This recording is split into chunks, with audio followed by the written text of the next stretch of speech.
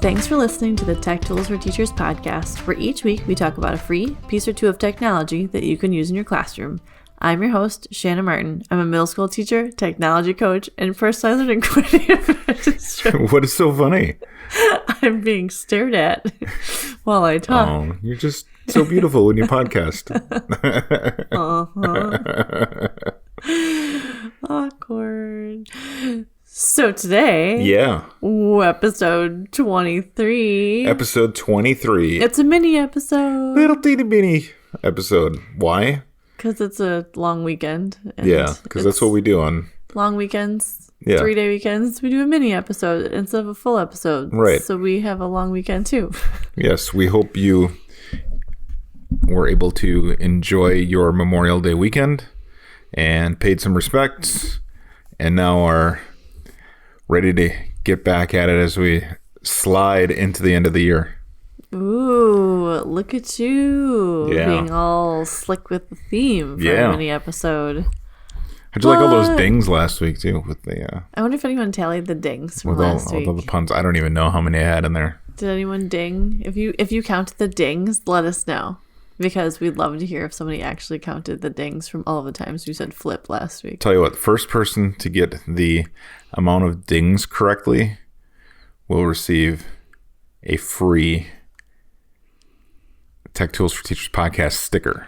What? Yeah. Little motivation there. Yeah, we should be getting them dings next week, Monday. So if you count the dings on episode 22. Yeah. And for all the flips. The first person to send Shanna a Twitter message with the correct amount of dings will receive a free Tech Tools for Teachers podcast sticker. Maybe we'll send you more than one. Maybe we'll send you 2 or 3. Maybe we'll also send you a business card because you've got a bunch of those too. We can gather up some free things. Yeah. Cool. I jazzed up your stickers too. You jazzed them up. And today we're talking about jazzing up your slides. Wow. Look at these segues. Woo. So, today. No segues allowed in school. Well. Actually, there are segues in schools. Really? For various things. They hook them up to iPads, and sometimes I've seen them used for students that need a certain types of assistance and stuff. I've seen actually a handful of them in schools. It's pretty cool. That's kind of cool. Yeah. I know you had one student that knew someone who worked for Twitter. Yeah. And then was not supposed to. But kind of showed us some stuff. Twitter, if you're listening, don't listen. Never happened. Yeah. Segues are used for cool things. All right. But the kids loved it. The kids loved it. All right. On that note, so today, episode 23, mini episode, just a little bit, because we're going to talk about 2 similar very quick tools, but very cool and very useful. Okay. And we're talking about jazzing up your slides. So on that note, we're going to talk about Slides Carnival and Slide Smash.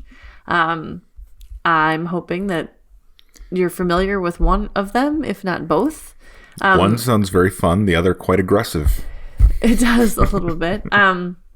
So first we'll talk about Slides Carnival. Again, they're very similar. And I was surprised when you had said that you had never heard of either one of these things. I guess you use PowerPoint a lot. But I mean, you can use these for PowerPoint too. You can use them for Google Slides or PowerPoint.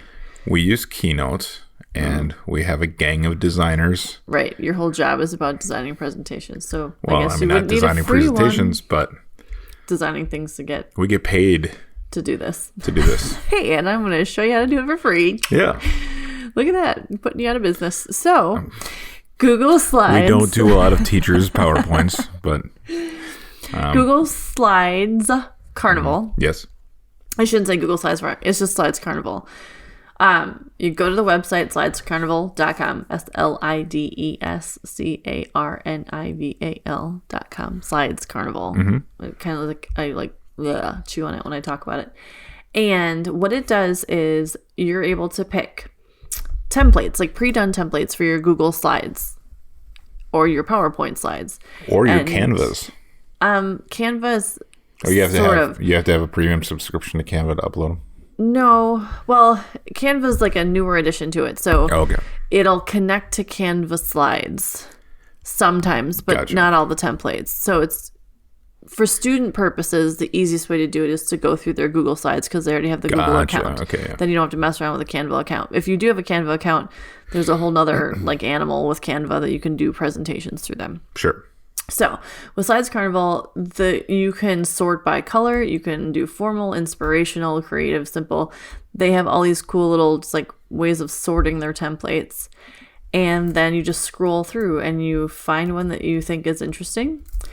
And some of them like overlap. So you'll see like the same presentation template in both creative and in inspirational because they're, they fall into both categories. And then once you find something that you're interested in, you can click on it and then it will show you, before you download it, you can open it up and kind of look at like the 50 different slides. How many slides do they give you? 10 in the templates. There's over 30 slides. So if you even have like maps in your slides, if you have like infographics and stuff, they kind of give you a template where you can just swap out the information within the slide. So it's really nice for students to have a very professional looking presentation without having to click around and put colored backgrounds in and like switch things out and spend lots of time putting together a presentation. They can pick a template that's already put together, and then you can just use this Google Slides theme, or you can use it as a PowerPoint template.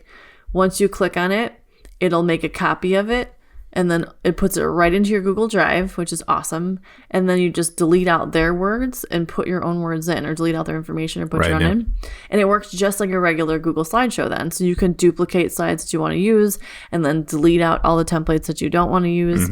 And it's just really nice for students, if they're giving formal presentations, to have something that looks very professional very quickly without a lot of like the fuss that sometimes happens in the classroom and kids get wrapped up in, I want mine to look cool. Like it's going to look cool no matter what because it's been designed to look cool. So just plug your information in. It's also nice because you can add your own photographs and your own information. So it becomes completely editable. Customizable. Yes.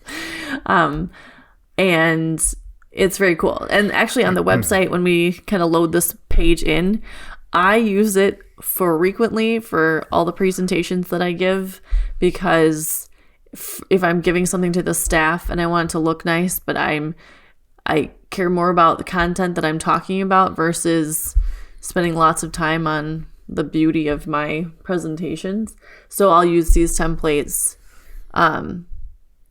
so that way they look professional. All my information is there, but really I need the staff to be able to interact with what I'm giving to them. So sure, I don't spend too much time on my presentations because I care more about making my presentations interactive. So, sure. And like hands-on kind of stuff. So Slides Carnival, super easy. One thing that you need to be aware of, especially with students, is you'll see when you go in, you're going to have like go to preview, download, start. And there's these like green buttons that are actually ads. So there's a lot of ads mixed into Slides Carnival and Slide Smash for that matter. So you've got to direct them, like once you click on the presentation, you like look right below the presentation and there's an orange button that says Google Slides theme or a red button that says PowerPoint template. But there's a lot of buttons in between that they can accidentally click and it'll take them to an ad. So it's just something to be aware of as a educator that you might run into that a little bit, especially with younger students until they get used to the templates. Slide Smash, very similar. It's slide, SLIDE, SMASH. How do we know it's not Slides Mash? Because when you look at it, it says Slide Smash. Slide is one color, Smash is another color. Okay, you got me. I gotcha. And same thing there across the top. You can kind of pick Google Slides. You can actually do things for Keynote.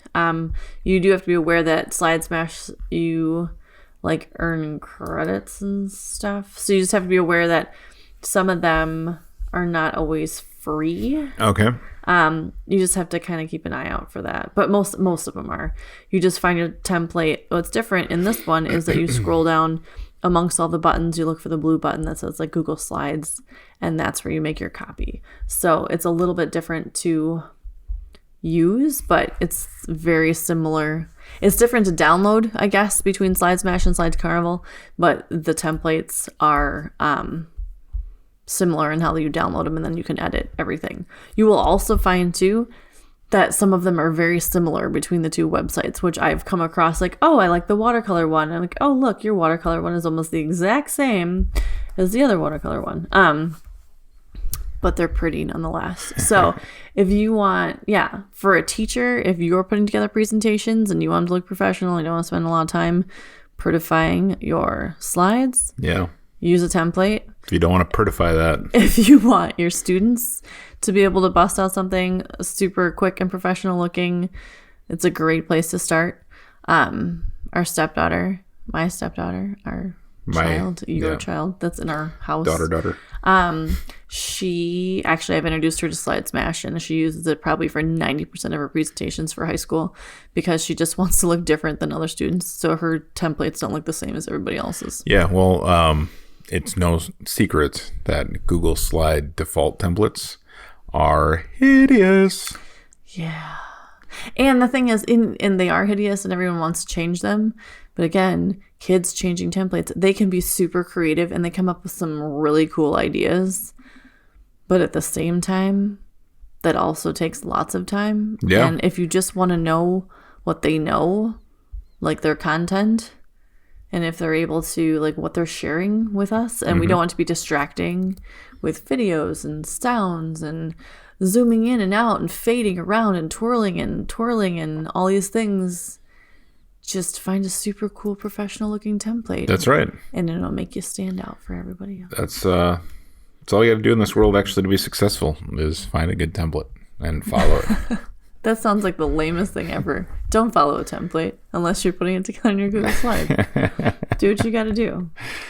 March to the beat of your own drum. Yeah. Great. Yeah. So that's our little mini chat. Mini episode. It's a 3-day weekend, and I want everyone to enjoy it. But hey, you can always use a little tip for the end of the school year. Yeah, if you're like getting into the end of the school year and your kids are like, man, I got to get this report done or this presentation done. Or if you want them to share what they've learned over the year. That's always a cool. I like to have them do like end of the year reflections, and then they could do a gallery walk. So if they put together, like, these are the highlights of my school year, what I learned, they could put it into a cool template from either Slides Carnival, Slides Smash, and then they could do a gallery walk and share it with other students and kind of share their knowledge and share if they're cool templates that they're finding. Man, I bet that'd be a smash. On that note. All right. Well, thanks for tuning in to our little mini episode 23. This has been the Tech Tools for Teachers podcast. If you ever have any questions, you can find me on Twitter @SmartNWI. And if you ever want to get more information on and the links to the technology discussed this episode, visit me at smartnwi.com. And don't forget, count the dings, earn some stickers. New episodes each week. Thanks for listening. Go educate and innovate. The ideas and opinions expressed in this podcast and the Smart NWI website are those of the author, Shanna Martin, and not of her employer. Prior to using any of the technologies discussed on this mini episode of the podcast, please consult with your employer regulations. This podcast, though it may have been small this week, offers no guarantee that the tools will work for you as described, but indeed, we hope they do, and we hope you have a great week. We'll talk to you again next week. Bye-bye.